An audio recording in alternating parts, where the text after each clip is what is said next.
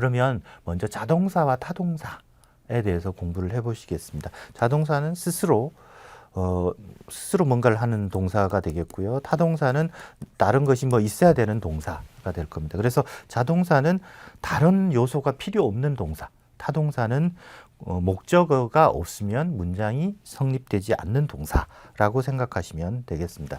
그러니까 목적어가 있고 없고에 따라서 목적어가 없어도 되면 자동사, 그냥 혼자 다 할 수 있으니까요. 그 다음에 목적어가 없으면 안 되는 것은 타동사. 그죠? 목적어가 꼭 필요해서 얘 도움을 받아야 되는 동사라고 생각하시면 되겠네요. 그죠?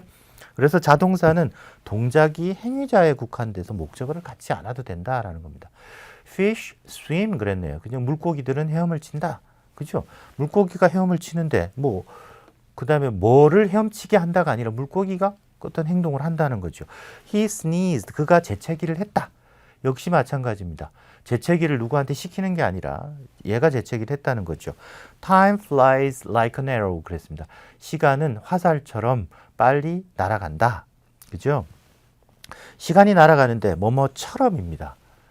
Time flies라고만 해도 되는데 그 어떻게 날아가는지 모양을 설명해 주는 거죠. 양태를 설명해 주는 부사구가 붙어 있는 겁니다. 이 부사구들은 목적어가 아니기 때문에 자동사에 flies가 속한다고 할 수가 있겠습니다. Mr. Brown lives in Seoul.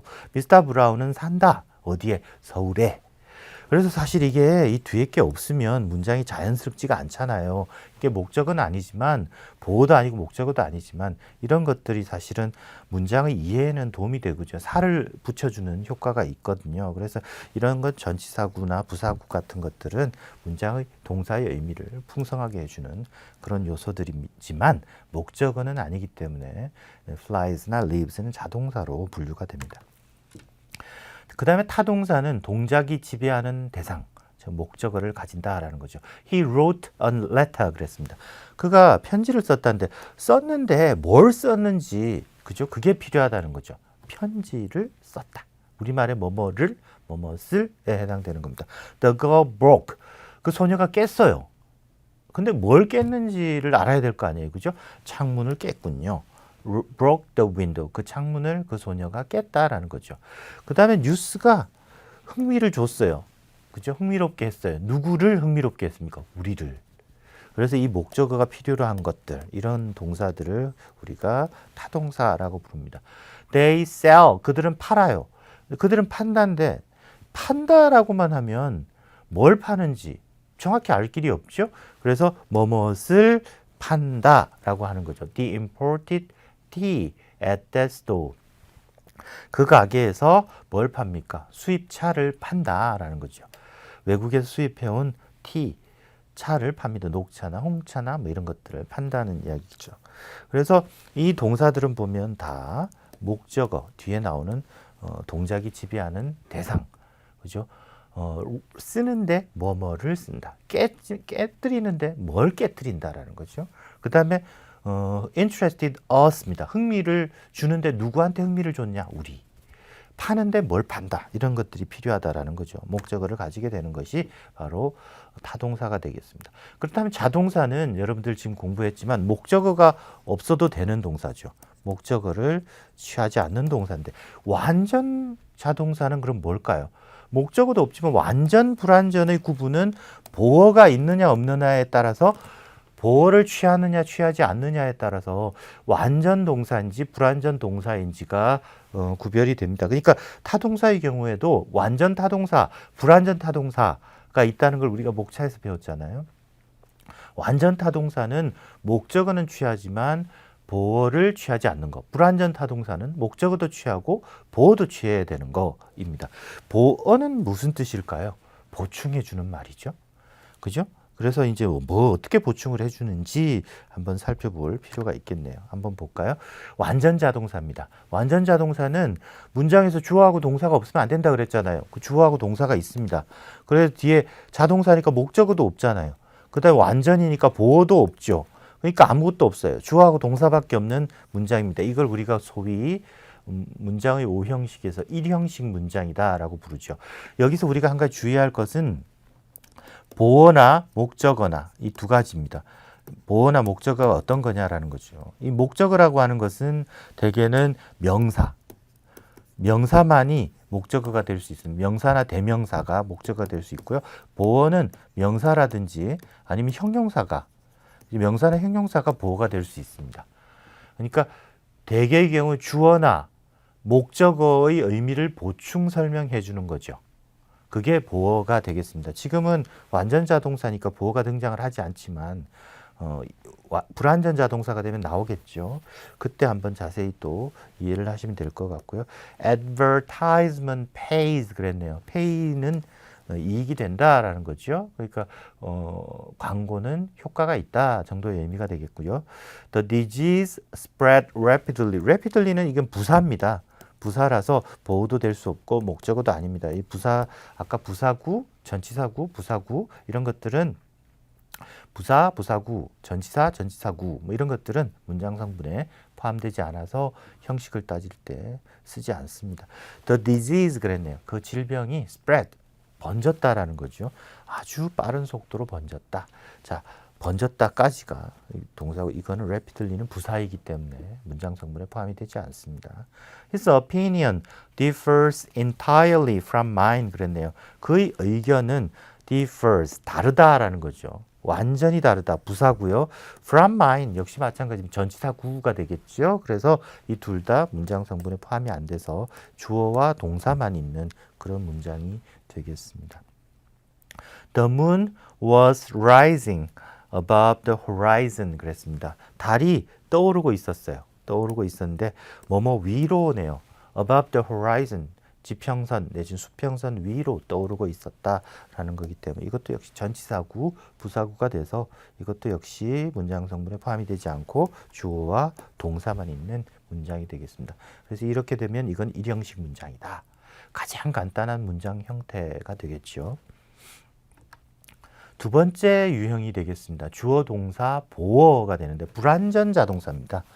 아까는 완전 자동사였잖아요. 불완전 자동사라고 하는 것은 자동사는 목적어를 취하지 않는다 그랬잖아요. 목적어를 취하지 않는데 불완전해요. 그래서 목적어는 안 취하지만 보어는 있어야 되는 그런 경우다라고 생각하면 되겠습니다.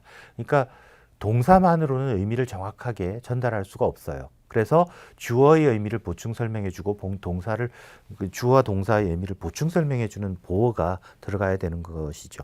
She is 그러면 그녀는 있단데 그녀는 뭐뭐다, 뭐뭐시다, 뭐뭐가 있다. 비동사는 그런 뜻이잖아요. 근데 그녀가 뭐뭐다, 뭐다 보충되는 말이 있어야 되겠죠. 그녀는 great scholar 아주 뛰어난 학자다라는 이야기죠. 이것도 주어의 의미를 보충 설명해주는 그런 명사, 보어가 사용이 됐습니다.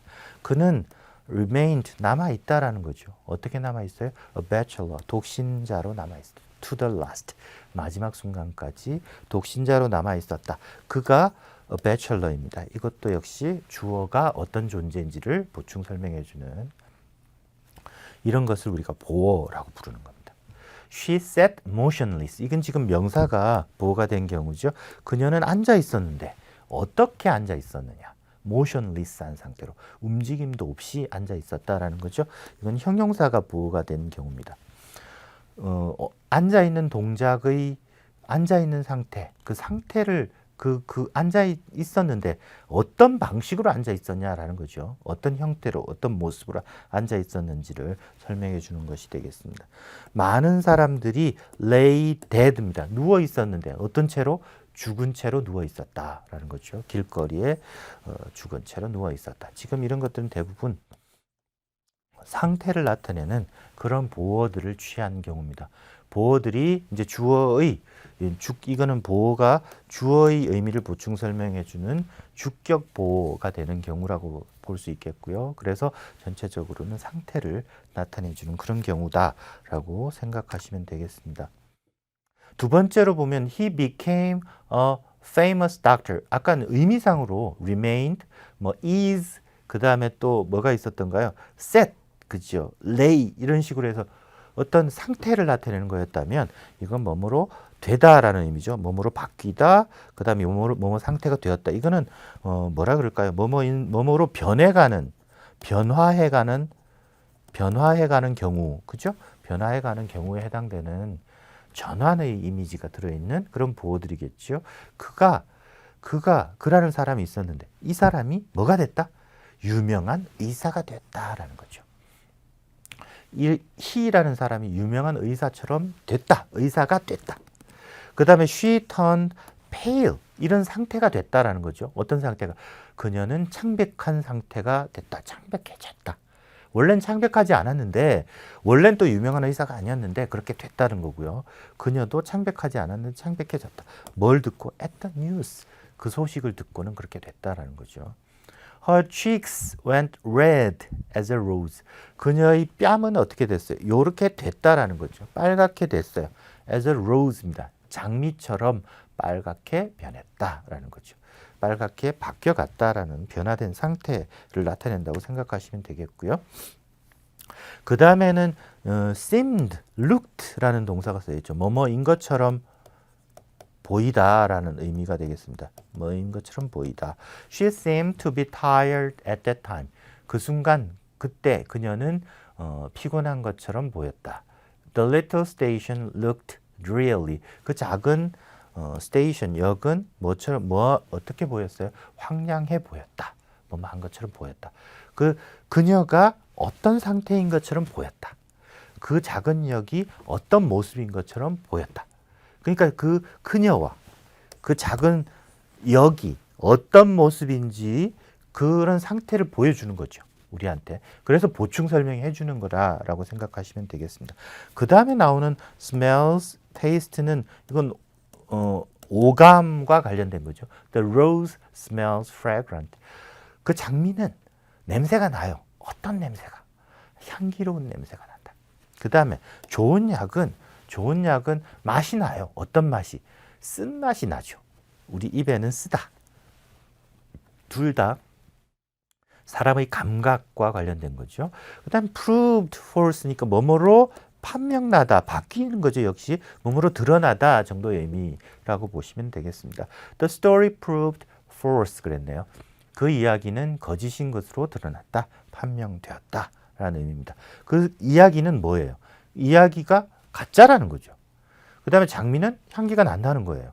그러니까 이게 다 지금 주어의 의미를 보충 설명해 주는 그런 경우라고 생각하시면 되겠네요. 그죠? 그 다음에 또 이거는 뭡니까? 또 이 동사의 시점이 중요하겠네요. 그죠? He fell down. 그녀는 쓰러졌는데 쓰러질 때의 상태가 뭐였냐? unconscious다. 의식이 없는 상태로 쓰러졌다. 그리고 갈 때는 적이었는데 came back a friend. 돌아올 때는 친구가 돼서 돌아왔다. 갈 때의 상태가 enemy였죠. 근데 돌아올 때의 상태는 friend였다라는 의미가 되겠고요. He returned satisfied. 돌아올 때의 상태가 그의 상태가 어땠냐? satisfied. 만족한 채로 돌아왔다는 거죠.